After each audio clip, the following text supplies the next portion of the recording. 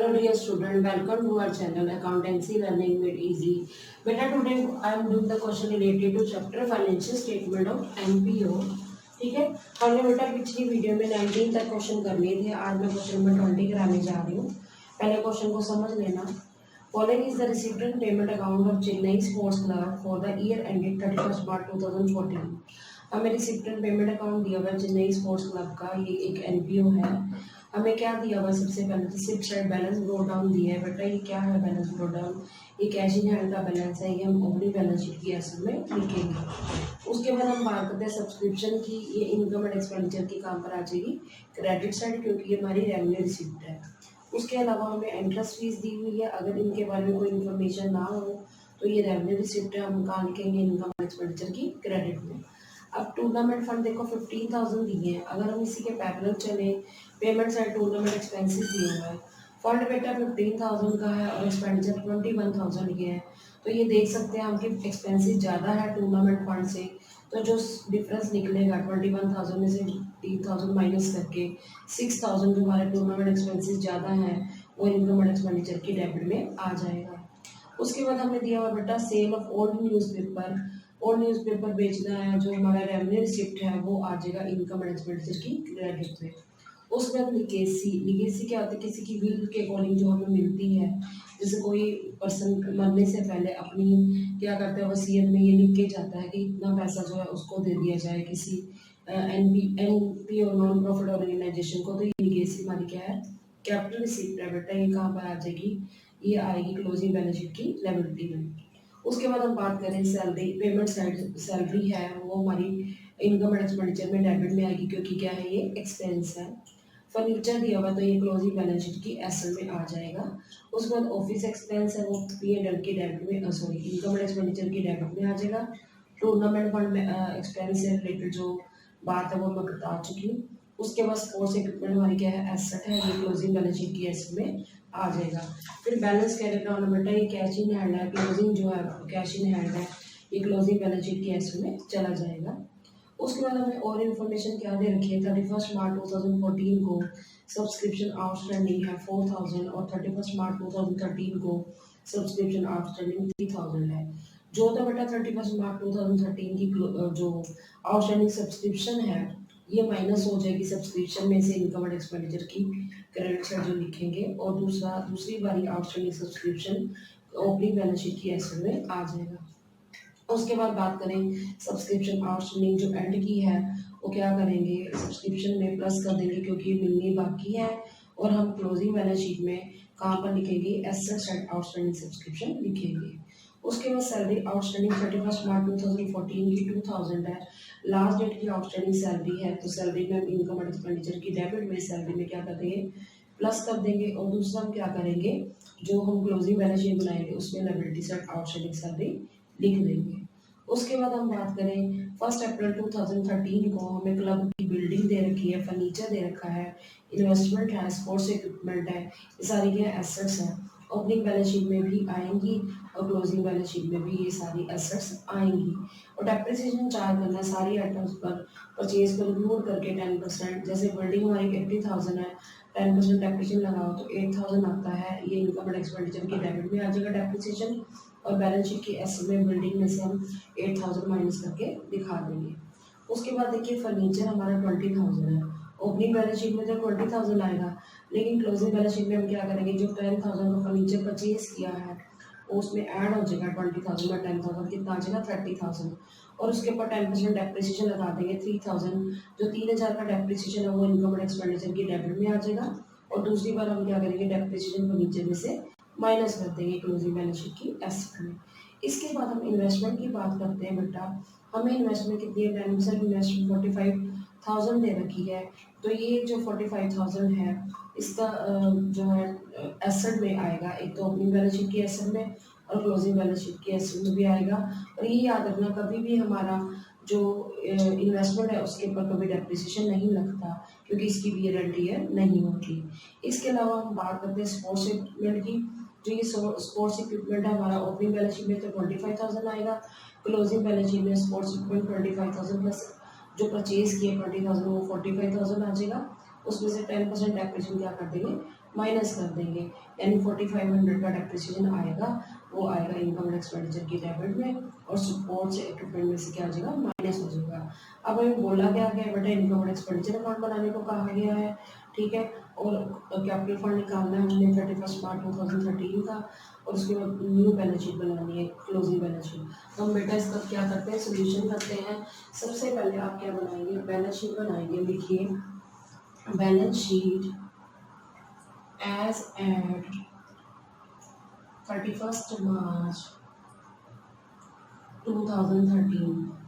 ये पिछले साल की बैलेंस शीट है, इसका ओपनिंग बैलेंस शीट क्यों कहते हैं, क्योंकि जो पिछले साल की क्लोजिंग थी वो इस साल की क्या बन जाती है, ओपनिंग बन जाती है। तो हम फॉर्म में लिखेंगे लायबिलिटीज अमाउंट,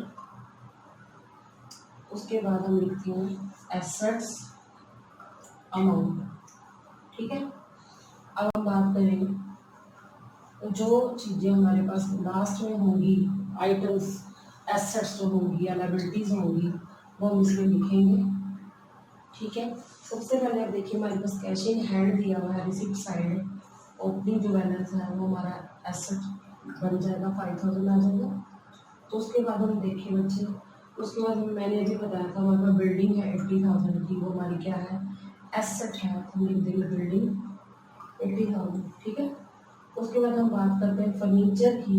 फर्नीचर हमारा 20,000 है, वो हमारी क्या एसेट है। मैं ओपनिंग बैलेंस बता रही हूँ, जो बिगिनिंग में है वो पिछली डेट को तो होगी 31 मार्च 2013 को। इसके बाद बेटा हमारे पास 10% इन्वेस्टमेंट है। इन्वेस्टमेंट क्या है बेटा, हमारी एसेट है, इसीलिए हम यहाँ पर लिख रहे हैं। ये ओपनिंग बैलेंस शीट में लिख सकते हैं, या इसको हम क्लोजिंग बैलेंस शीट पिछले साल की कहते हैं, इस साल की ओपनिंग बैलेंस शीट होती है। तो हमारे पास इन्वेस्टमेंट कितनी बेटा, 45,000 हमने वो लिख दी। उसके बाद हम बात करते हैं स्पोर्ट्स इक्विपमेंट की 25,000, ठीक है। Sports equipment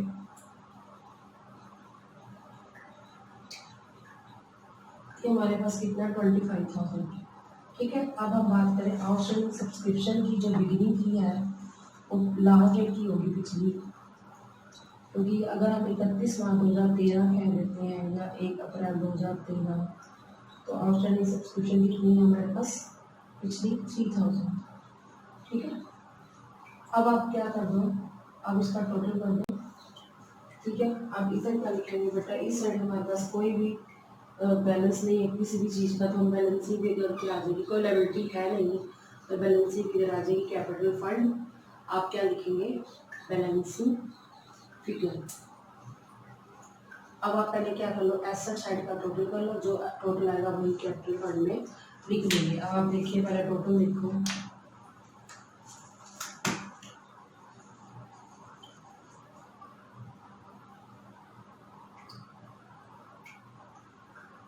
$1,78,000। तो हम देखते हैं हमारा आंसर भी आ रहा है 1,78,000।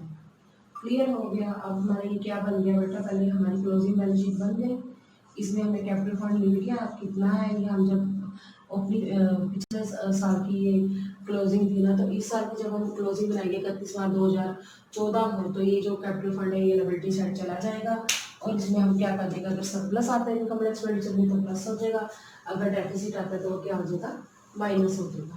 वो डिपेंड करता है आप बेटा हम क्या बनाएंगे, इनकम एंड एक्सपेंडिचर अकाउंट। लिखिए पहले income and expenditure account, income and expenditure account for the year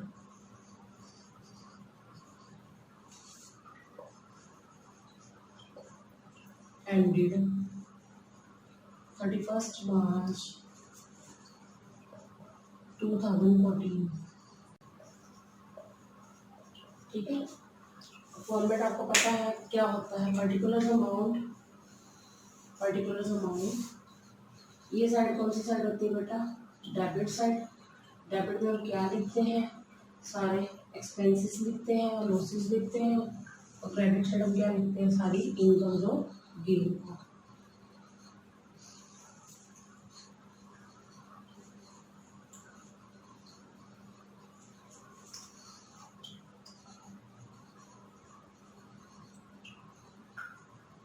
सबसे पहले आप क्या करो बेटा, क्रेडिट साइड लिखो, बाय सब्सक्रिप्शन, बाय सब्सक्रिप्शन हमें कितनी दी है subscription, that is of ₹26,000। Add कर दो outstanding subscription, outstanding subscription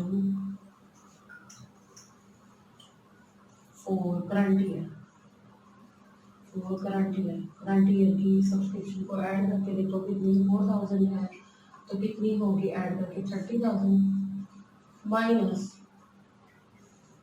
outstanding subscription, outstanding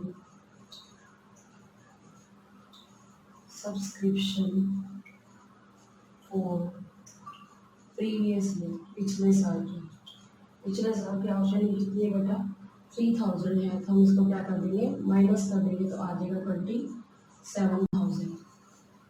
ठीक है बेटा। इसके बाद हम बात करते हैं बेटा और इनकम कौन सी है, एंट्रेंस फीस है, तो एंट्रेंस फीस के बारे में कुछ नहीं बताया था, ये रेवेन्यू रिसीप्ट है बाय एंट्रेंस फीस, ये है बेटा एंट्रेंस फीस कितनी है हमारे पास 4,000, तो यहाँ पर आ जाएगी। उसके बाद हम बात करें बेटा टूर्नामेंट फंड की, हमारा फंड जो है वो ज़्यादा है और टूर्नामेंट एक्सपेंडिचर फंड कम है, टूर्नामेंट एक्सपेंडिचर कितना है बेटा ध्यान से देखो 21,000 का हमारा टूर्नामेंट एक्सपेंस है, जबकि टूर्नामेंट फंड कितना है 15,000। हमारे खर्चे ज़्यादा हो गए ना, तो इसलिए हम यहाँ पर लिखेंगे 6,000। अब अगर हमारा टूर्नामेंट फंड हमारा 21,000 होता है, एक्सपेंडिचर 15,000 होता, फंड 6,000 बच जाता, वो हम कहाँ लिखते, वो हम क्लोजिंग बैलेंस शीट की लायबिलिटी में लिखते। इसका रीज़न क्या है, क्योंकि एक्सपेंडिचर ज़्यादा हो गए हैं किससे, फंड से, तो हमने क्या लिख दिया टूर्नामेंट एक्सपेंडिचर 6,000 जो ज़्यादा है, जो डिफरेंस आया वो लिख दिया, क्योंकि एक्सपेंडिचर 21,000 है और फंड 15,000 है। अच्छा ऐसा होता मान लो फंड ज़्यादा होता एक्सपेंडिचर कम होता, तो ये कहाँ पर जाता, ये बैलेंस शीट की लायबिलिटी में, फंड में से हम क्या माइनस कर देते, टूर्नामेंट एक्सपेंस माइनस कर देते।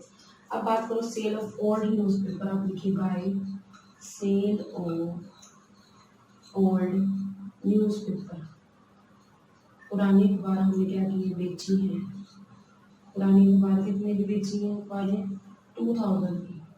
ठीक है। अब हम डेबिट साइड देखते हैं, डेबिट साइड क्या क्या लिखना है, टू सैलरी, देखो हमारे पास कितनी सैलरी है 12,000 है, इसमें हम ऐड कर देंगे क्या बेटा, जो हमारी आउटस्टैंडिंग सैलरी है करंट ईयर की salary 12,000 plus add outstanding salary, outstanding salary for current year की आउटस्टैंडिंग सैलरी देनी बाकी है, कितनी है बेटा, दैट इज रुपीज 2,000 का 2,000 प्लस करके हमारा आ गया 14,000। ठीक है। अब हम बात करते हैं बेटा किसकी, उसमें फर्नीचर है हमारी एसेट, वो नहीं आएगा, ऑफिस एक्सपेंस है, to office expense, office expenses कितने बेटा 8,000, वो हमने लिख दिया। उसके बाद हम बात करें डेप्रिसिएशन लगाने की, तो हम डेप्रिसिएशन लगाते हैं, ध्यान से समझ लेना इसको, टू डेप्रिसिएशन ऑन, यहाँ पर हमने डेप्रिसिएशन किस पर लगाना है बेटा, हमारा जो डेप्रिसिएशन है लगाना है बिल्डिंग पर, फर्नीचर पर और स्पोर्ट्स इक्विपमेंट पर, बिल्डिंग फर्नीचर और स्पोर्ट्स इक्विपमेंट,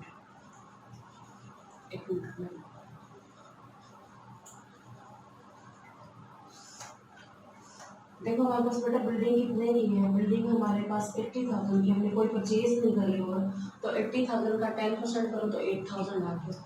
इसका दूसरा फैक्ट तो पता ही आपको कहाँ है, जब बिल्डिंग होगी उसमें हम डेप्रिसिएशन माइनस करेंगे।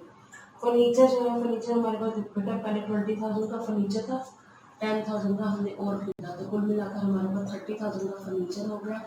30,000 के फर्नीचर के ऊपर हम 10% अगर डेप्रिसिएशन लगाते हैं तो आपको पता ही कितना आ जाता है 3,000। ठीक है, वो लिख दिया हमने फर्नीचर के ऊपर डेप्रिसिएशन। उसके बाद हम स्पोर्ट्स इक्विपमेंट की बात करें बेटा, स्पोर्ट्स इक्विपमेंट पहले हमारे पास 25,000 था, अब हमने और परचेज किया है कितना 20,000 का, तो कुल मिलाकर हमारे पास 45,000 का स्पोर्ट्स इक्विपमेंट आ गया। उसके ऊपर हम क्या लगाएंगे 10% डेप्रिसिएशन। कितना आ गया 4500। ठीक है, क्लियर हो गया। अब हम क्या करेंगे इसका टोटल 15,500। पॉइंट ये था कि हमें इन्वेस्टमेंट के ऊपर इंटरेस्ट रिसीव हुआ था, वो लिखेंगे बाय इंटरेस्ट ऑन इन्वेस्टमेंट। अब आप देखिए बेटा, हमारे पास जो इन्वेस्टमेंट है उसके आगे लिखा हुआ है कि 10% इन्वेस्टमेंट का इंटरेस्ट है, रेट दिया हुआ है। तो आप देखो हमारे पास इन्वेस्टमेंट बेटा 45,000 की है, उसका 10% अगर हम लगाते हैं तो हमारी इंटरेस्ट ऑन इन्वेस्टमेंट कितनी आ जाएगी 4500। ये जरूरी है, आपने खुद देखना है कि परसेंटेज क्यों दिया, इसका मतलब है कि इंटरेस्ट रिसीव होना होगा। तो 10% के पूरे साल का हमने लिख दिया क्योंकि हमें कोई इंटरेस्ट रिसीव नहीं हुआ। तो अब हमने टोटल किया इसका 37,500 आ गया इस साइड का। अब इधर का मैंने किया तो 43,500 आया, तो डेबिट साइड ज़्यादा है, क्रेडिट साइड कम है। तो अब हम क्या करेंगे, पहले डेबिट में लिख देते हैं 43,500। अब यहाँ पर हमारा डेफिसिट आएगा बाय डेफिसिट। इसका लॉजिक क्या है डेफिसिट आने का, क्योंकि हमारे डेबिट साइड एक्सपेंडिचर साइड ज़्यादा है और क्रेडिट साइड पे है कम है, तो 6,000 हम इसमें पुट कर देंगे और लिख देंगे 43,500। समझ आ गया अब आपको कि डेफिसिट कब आता है बेटा, when debit side is more than credit side. अब हम बात करते हैं बेटा क्लोजिंग बैलेंस शीट की। तो बनाइए जरा क्लोजिंग बैलेंस शीट का फॉर्मेट, लिखिए पहले।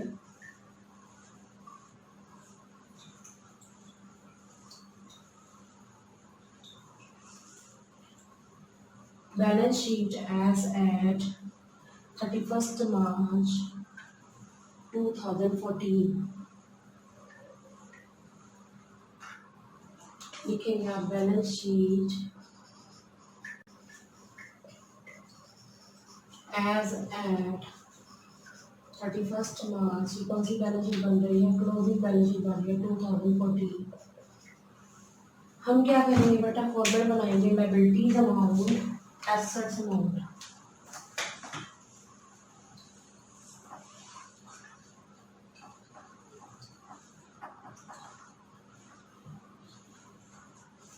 ठीक है,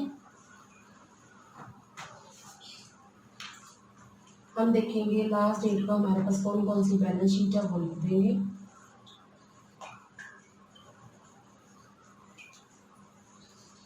कभी भी बैलेंस शीट में डेबिट क्रेडिट वर्ड यूज नहीं करते। तो अब आप देखिए बेटा, क्वेश्चन के अंदर हमें क्या क्या दे रखा है। सबसे पहले कैश इन हैंड दिया हुआ है, कहाँ पर ये देख लो, पेमेंट साइड दिया हुआ है, लास्ट में बाय बैलेंस CD जो दिया वो कैश इन हैंड है, दैट इज ऑफ 16,000। उसके बाद हम बात करें किसकी, उसके बाद बेटा हमारे पास क्या है, फर्नीचर है। पहले आप देखो हमारे पास फर्नीचर शुरू में कितने का था। फर्नीचर बेटा हमारे पास शुरू में 20,000 का था, फिर हमने 10,000 का और खरीद लिया। फिर लिखो एडिशन, ऐड परचेजेस भी लिख सकते हो आप, कोई फर्क नहीं पड़ता। एडिशन कितने की हुई है 10,000 की, तो 30,000 जो हमारा फर्नीचर आ गया। लेस कर देंगे डेप्रिसिएशन, और मैंने आपको बताया था 10% कितना आया था डेप्रिसिएशन, 3,000 आया था। तो आप माइनस करके लिख दो 27,000 का फर्नीचर हो गया। उसके बाद आप देखो हमारे पास क्या है एसेट में, हमारे पास बेटा बिल्डिंग है 80,000 की।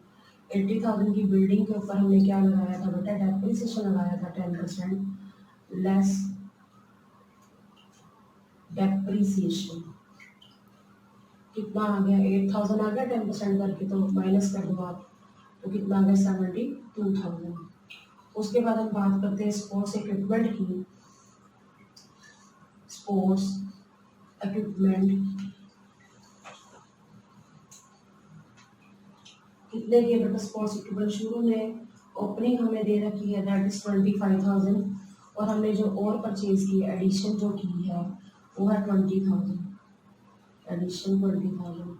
तो कितनी होगी हमारे पास 45,000, उसमें से हम लेस कर देते हैं डेप्रिसिएशन। डेप्रिसिएशन मैंने भी 10% करके आपको बताया था 4,500, तो आ जाएगा 40,500। ठीक है, उसके बाद बेटा हमारे पास इन्वेस्टमेंट है, हम लिखेंगे 10% इन्वेस्टमेंट। कितनी आई थी बेटा, इंटरेस्ट सॉरी इन्वेस्टमेंट हमारी जो दी हुई है दैट इज 45,000। उसके जो मैंने अभी आपको बाय इंटरेस्ट ऑन इन्वेस्टमेंट लिखा है ना, उसको एक्रूड लिख लो वर्ड उसके लिए, एक्रूड इंटरेस्ट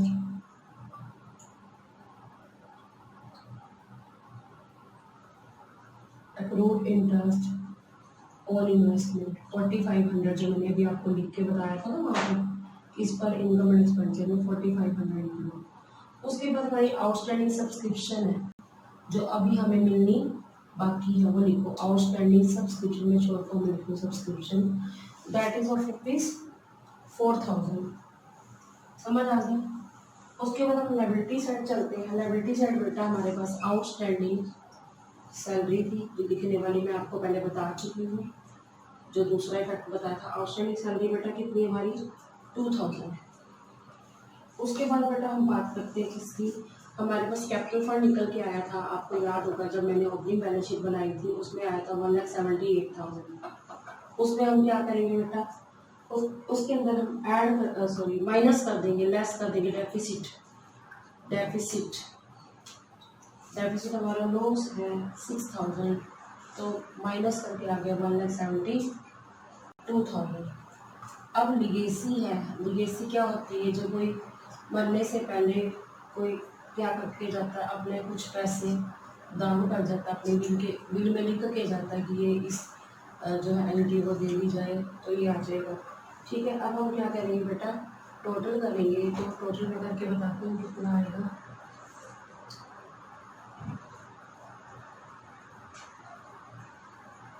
$2,09,000 आ गया। अब मैं एसेट साइड का भी करके बताती हूँ। मैं यहाँ पर लिख देती हूँ 16,000, 27,000, 72,000, 40,500, 45,000, 4,500 और 4,000। अब मैं प्लस करके बताती हूँ आपको।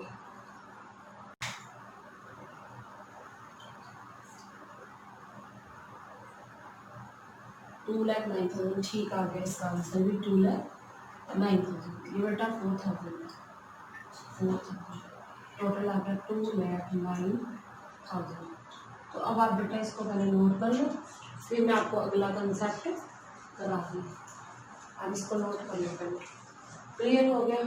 दूसरा फैक्ट फिर भी मैं आपको बताती हूँ, जैसे आउटस्टैंडिंग सैलरी हमने सैलरी में प्लस की थी क्योंकि ये देनी बाकी है, तो लायबिलिटी हो गई। कैपिटल फंड कहाँ से आया, ओपनिंग बैलेंस शीट की जो लायबिलिटी साइड बैलेंसिंग फिगर है ये वो है। डेफिसिट कहाँ से आया, इनकम एंड एक्सपेंडिचर की क्रेडिट साइड में जो हमारा प्राइस डेफिसिट था। लिगेसी तो हमें दी हुई थी रिटर्न पेमेंट में। जो फर्नीचर हमारा पहले 20,000 था, हमने और 10,000 का खरीदा, 10% डेप्रिसिएशन लगाया, तो ये जो ओपनिंग फर्नीचर है वो ओपनिंग बैलेंस शीट के एसेट में आ गया, और प्लस करने के बाद जितने का आया उस पर 10% डेप्रिसिएशन लगा। ये जो डेप्रिसिएशन है इसमें से तो माइनस किया, लेकिन मैंने आपको इनकम एंड एक्सपेंडिचर में भी 2 डेप्रिसिएशन लिख दिया था, बताया था। सेम ऐसे जो बिल्डिंग है वो क्या है, हमारी बिल्डिंग पहले ओपनिंग बैलेंस शीट में आई और क्लोजिंग में भी आई, लेकिन डेप्रिसिएशन लगा 10%, 8,000 वो हमने उसमें से माइनस कर दिया, किसमें से, इनकम एंड एक्सपेंडिचर में से 2 डेप्रिसिएशन लिख दिया, इसमें तो माइनस कर दिया, वहाँ पर 2 डेप्रिसिएशन ऑन बिल्डिंग लिख दिया। अब बात करें स्पोर्ट्स इक्विपमेंट की, पहले हमारे पास स्पोर्ट्स इक्विपमेंट 25,000 था, अब हमने और खरीदा 20,000 का, 45,000 आ गया, डेप्रिसिएशन लगा 10%, 4,500। ये मैंने आपको बताया था पहला इफेक्ट क्या था, इनकम एंड एक्सपेंडिचर की डेबिट में आ गया। और दूसरी बार क्या हो गया बेटा, दूसरी बार जो इसमें से माइनस हो गया, माइनस होकर लिख दिया। 10% इन्वेस्टमेंट जो है बेटा हमारी ओपनिंग बैलेंस शीट में थी, तो हमने इसको क्लोजिंग में भी लिख दिया, पर 10% लिखा हुआ तो इसका मतलब हमें इंटरेस्ट रिसीव होगा। पर क्वेश्चन में जब हम देखें रिसीव साइड कोई इंटरेस्ट रिसीव नहीं हुआ, इन्वेस्टमेंट तो पूरा का पूरा मिलना बाकी है, जिसको हम एक्रूड कहते हैं। तो हमने एक्रूड इंटरेस्ट निकाला 4,500। एक इफेक्ट मैंने दिखाया जब मैंने इनकम एंड एक्सपेंडिचर फंड बनाया था, उसमें 4,500 मैंने क्रेडिट में लिखा था, वहाँ पर आप बाय इंटरेस्ट और इन्वेस्टमेंट लिखा, उसके आगे एक्रूड लिख लो, मिलना बाकी है। दूसरी बार इसका यहाँ पे इफेक्ट आ गया। आउटस्टैंडिंग सब्सक्रिप्शन जो क्लोजिंग वाली आई थी वो सब्सक्रिप्शन में मैंने क्या करी थी, प्लस की थी, और दूसरी बार ये हमारी क्या बन जाएगी, एसेट बन जाएगी। दोनों साइड का टोटल बेटा 2,09,000 आ जाएगा, और ये टैली हो जाएगा। आप इसको बेटा नोट करो। हम नया टॉपिक शुरू करेंगे, क्या था, कंज्यूमेबल गुड्स। पहले तो मतलब समझो इसका, कंज्यूमेबल गुड्स का मतलब क्या था कि जो कंज्यूम कर लिए हैं गुड्स, उसके बारे में ये बात बतानी है बेटा। ऐसा टॉपिक ना 3 मार्क्स में आ जाता है पेपर में। 6 मार्क्स का किस तरह का आता है, जो मैंने अभी आपको कराए थे, इनकम एंड एक्सपेंडिचर अकाउंट बनाते हैं, ओपनिंग बैलेंस शीट बनाते हैं, क्लोजिंग बैलेंस शीट बनाते हैं, वो तो 6 मार्क्स में आना ही आना है। इसके अलावा 3 मार्क्स में इस तरह का आ जाता है, कंज्यूमेबल गुड्स, नाम से पता चला जो कुछ कंज्यूम कर रहे हैं। अब जैसे मान लो कोई हमारी ऑफिस है, उसमें हम स्टेशनरी कंज्यूम कर रहे हैं, तो वो हमें निकालनी है कि कितनी स्टेशनरी कंज्यूम कर रही है। ठीक है, इसी तरह हम बात करें हॉस्पिटल्स में, हॉस्पिटल में मेडिसिन है, तो वो हमारी क्या कितनी मेडिसिन कंज्यूम हो रही है, यूज़ हो रही है बिजनेस सॉरी हॉस्पिटल्स में, तो ये देखना कि कितनी मेडिसिन कंज्यूम हो गई हॉस्पिटल में। या हम बात करें कोई स्पोर्ट्स क्लब की, तो उसमें कितना स्पोर्ट्स का मटेरियल जो कंज्यूम हो गया, यूज़ हो गया, है ना। ठीक, मतलब आपको समझ आ जाना चाहिए कंज्यूमेबल गुड्स क्या होती हैं। हर जितने भी एनपीओज हैं उनके अंदर वो कंज्यूम की जाती है, यूज़ की जाती हैं, तो कितनी यूज़ होगी, वो किस तरह से कैलकुलेट की जाती है बेटा। इसको कैलकुलेट करने के लिए मैं एक मेथड बता रही हूँ। सबसे पहले हम ले लेते हैं opening stock of consumable items, कि जो आइटम को हमने कंज्यूम करा है उसका ओपनिंग स्टॉक कितना था, हमारे पास कितना पड़ा हुआ था। ऐड करते थे net purchase during the year. Net purchase का मतलब होता है हम कुछ परचेज करेंगे कैश में भी और कुछ परचेज करेंगे क्रेडिट में भी, और माइनस कर देंगे परचेज रिटर्न अगर हो जाता है। नेट परचेज आपने पर्सनल में सीखा था, net purchase include cash purchases as well as credit purchases minus purchase return. बस क्वेश्चन में परचेज रिटर्न बहुत रेयर आता है, तो नेट परचेज समझ आ गया होगा। नेट परचेज में कौन से दोनों परचेज इंक्लूड होते हैं, कैश भी और क्रेडिट भी। लेस कर देते हैं क्लोजिंग स्टॉक। क्लोजिंग स्टॉक वो स्टॉक जो अभी हमारे पास पड़ा हुआ है, वो तो कंज्यूम नहीं हुआ है ना, वो तो भी पड़ा हुआ है, तो बैलेंसिंग फिगर जो भी आएगा बेटा अमाउंट, वो कहाँ चला जाएगा, इनकम एंड एक्सपेंडिचर की डेबिट साइड, कि हमने इतना एक्सपेंडिचर कर दिया, कंज्यूम कर लिया। ठीक है, और जो ओपनिंग स्टॉक है बेटा वो कहाँ पर चला जाएगा, ओपनिंग बैलेंस शीट की एसेट में। ठीक है, और जो क्लोजिंग है वो कहाँ पर चला जाएगा, closing stock closing balance sheet की एसेट साइड चला जाएगा। ठीक है, कई बार तो हमें क्वेश्चन में परचेजेस वर्ड दिया होता है, कई बार नहीं भी होता, कई बार कुछ अमाउंट पेड भी होता है। ठीक है, तो उस सिचुएशन में अगर हमारे पास क्रेडिटर्स हैं तो हमने क्या करना है, क्योंकि हमें क्रेडिट परचेज नहीं दी हुई, क्रेडिटर्स दे रखे हैं, ओपनिंग क्रेडिटर भी है, क्लोजिंग क्रेडिटर भी है। क्लोजिंग क्रेडिटर मतलब हमें साल के एंड में हमने अपने क्रेडिटर्स को देना है, हम क्रेडिटर को क्या कर देते हैं, प्लस कर देते हैं। ठीक है, और माइनस कर देते हैं जो ओपनिंग क्रेडिटर है, जो कि पिछले साल के थे। ठीक है, वो कैसे करना है मैं आपको समझाने जा रही हूँ। अब बेटा आप जब क्वेश्चन करेंगे ना, कौन सा क्वेश्चन है, क्वेश्चन नंबर जो 21 है, पहले समझ लेना इसको, फिर आपको क्लियर हो जाएगा कि मैं क्या कहने की कोशिश कर रही हूँ। अब देखो बेटा कि हमें क्वेश्चन के अंदर कैलकुलेट करने को कहा गया, the amount of medicine consume to be debited to income and expenditure account for the year ended 31 March 2019। देखो बेटा इस क्वेश्चन में हमें ओपनिंग स्टॉक दिया हुआ मेडिसिन का 50,000, क्लोजिंग स्टॉक मेडिसिन का कहता है 45,000 more than the opening stock है। क्लोजिंग स्टॉक ओपनिंग स्टॉक से 45,000 ज़्यादा है। अगर ओपनिंग स्टॉक हमारा 50,000 है तो क्लोजिंग स्टॉक कितना हो जाएगा, 45,000 ज़्यादा यानी 95,000 हो जाएगा। पहला पॉइंट तो ये है।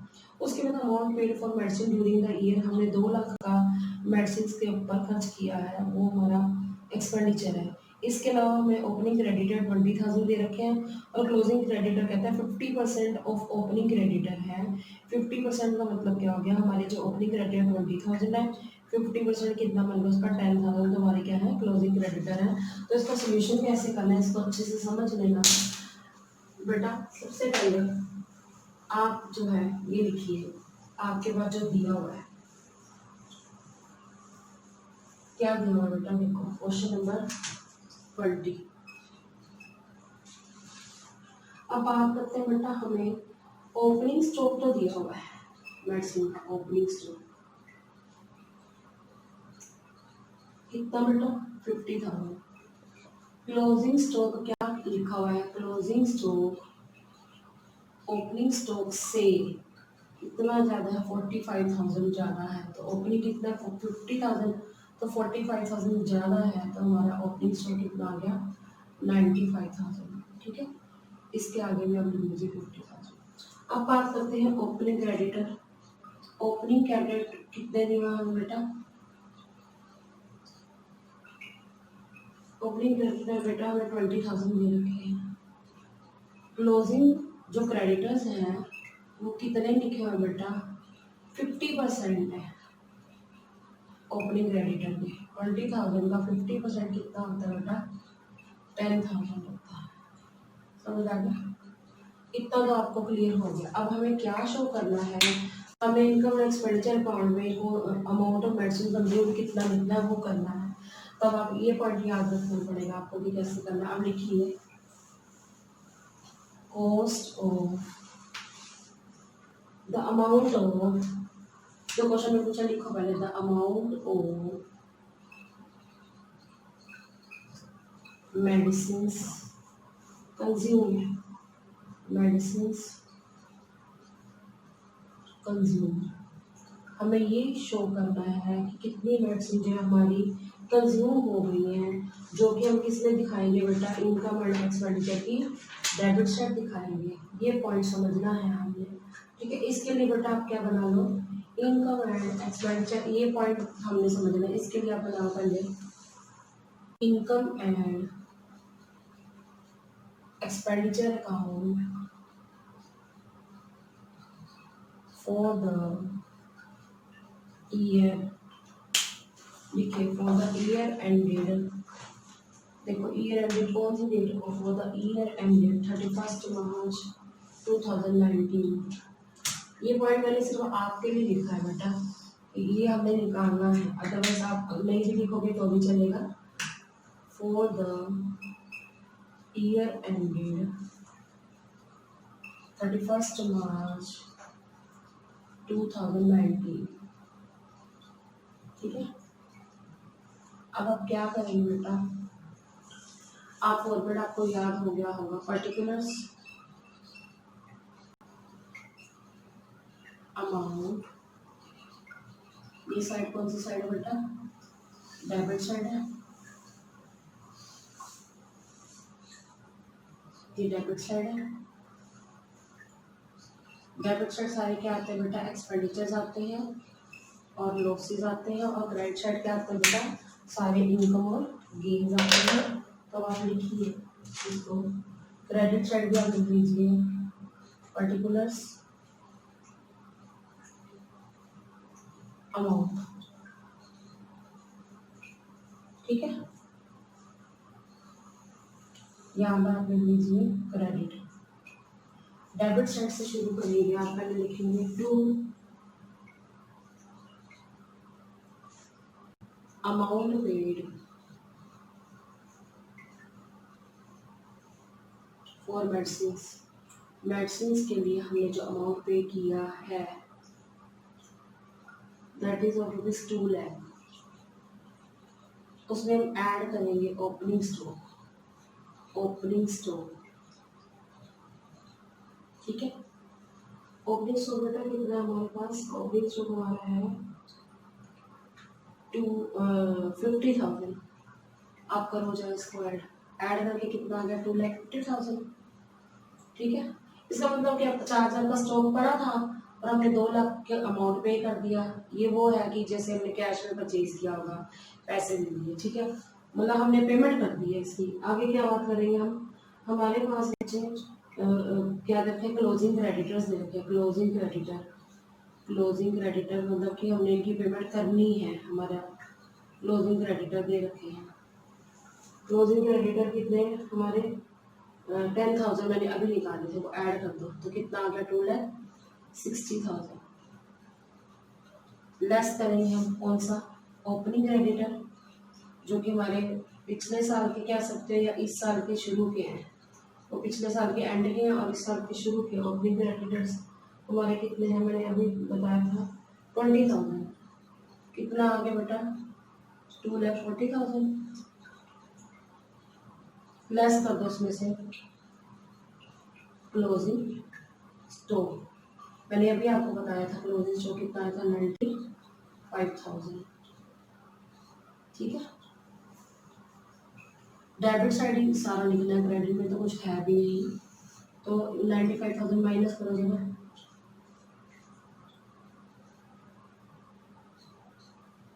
145,000।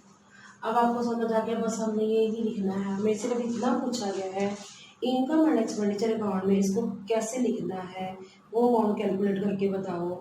अच्छा मान लो ये भी पूछा होता कि ओपनिंग बैलेंस शीट और क्लोजिंग बैलेंस शीट में क्या लिखना है, तो हम क्या करते हैं, जो ये ओपनिंग स्टॉक है ना, ये हम ओपनिंग बैलेंस शीट की एसेट में लिख देते हैं, ओपनिंग स्टॉक ऑफ मेडिसिन। ठीक है, और क्या लिखते हैं, जो हमारी ओपनिंग बैलेंस शीट में लायबिलिटीज है, हम ओपनिंग क्रेडिटर लिख देते हैं 20,000। उसके बाद हम क्या करते हैं, जैसे क्लोजिंग बैलेंस शीट बना रहे हैं, तो क्लोजिंग बैलेंस शीट में हम एक तो क्लोजिंग क्रेडिटर लायबिलिटी साइड लिखते हैं, और दूसरा जो क्लोजिंग स्टॉक है वो एसेट साइड लिखते हैं 95,000। समझ आया? मैं दोबारा बताने की कोशिश करती हूँ कि इस सिचुएशन में हमें इनकम और एक्सपेंडिचर अकाउंट में शो करना है कि हमें जितनी मेडिसिन हैं वो कंज्यूम की है पूरे टाइम में, पूरे साल के अंदर हमें कितनी कंज्यूम किया वो निकालनी है। तो सबसे पहले हमने क्या ले लिया, अमाउंट पेड किया, जो हमने पेमेंट की है 2 लाख रुपए, वो लिख दिया। ऐड कर दिया ओपनिंग स्टॉक, जो हमारे पास मेडिसिन पड़ी थी, मेडिसिन का स्टॉक पड़ा था, ऐड करके आ गया 2,50,000। ऐड कर दी क्लोजिंग क्रेडिटर, जो हमें अपने क्रेडिटर को पे करने पड़ेंगे 10,000, तो कितना हो गया 2,60,000 हो गया। लेस कर दिया हमने ओपनिंग क्रेडिटर्स। ओपनिंग क्रेडिटर्स का मतलब क्या है कि जो हमारे शुरू में क्रेडिटर थे, या हम ये कह सकते हैं जो पिछले साल की क्लोजिंग क्रेडिटर थे, वो 20,000 अपने माइनस करके 2,40,000 निकाला। फिर लेस करते हमने क्लोजिंग स्टॉक, जो हमारा मेडिसिन का पड़ा हुआ था 95,000। तो हम अल्टीमेटली कह सकते हैं कि इस साल के अंदर हमने कितनी मेडिसिन कंज्यूम कर ली है, 1,45,000। दूसरा फैक्ट ये बताना चाहती हूँ, opening stock opening balance sheet की एसेट में आएगा, और ओपनिंग जो क्लोजिंग स्टॉक है वो क्लोजिंग बैलेंस शीट की एसेट में आएगा। जो क्लोजिंग क्रेडिटर है वो क्लोजिंग बैलेंस शीट की लायबिलिटी में आ जाएंगे, और ओपनिंग क्रेडिटर जो है ओपनिंग बैलेंस शीट की लायबिलिटी में आ जाएंगे। जो मैंने लिखा था ना वो चेंज कर लो, यहाँ पर आएगा to cost of medicine consumed. ये हेडिंग ही तो मैंने वैसे तो ये ऊपर लिखा ही, आप चेक करो जरा कि मेडिसिन कंज्यूम्ड कितनी है वो निकालनी है, तो मैंने यहाँ पर लिख दिया वही वाला point. To cost of medicine consumed, हमने वो शो करनी है कि हमारी मेडिसिन कितनी कंज्यूम हुई है। तो आपने जो पहले लिखा था ना पॉइंट, वो उसकी जगह आप लिखो to cost of medicine consumed, और 2 लाख के सामने जो है आपने क्या लिखना है, अमाउंट पेड फॉर मेडिसिन, कि हमने अमाउंट कैसे कितना पे किया, 2 लाख रुपीज़ पे किया, तो ये लिख लो।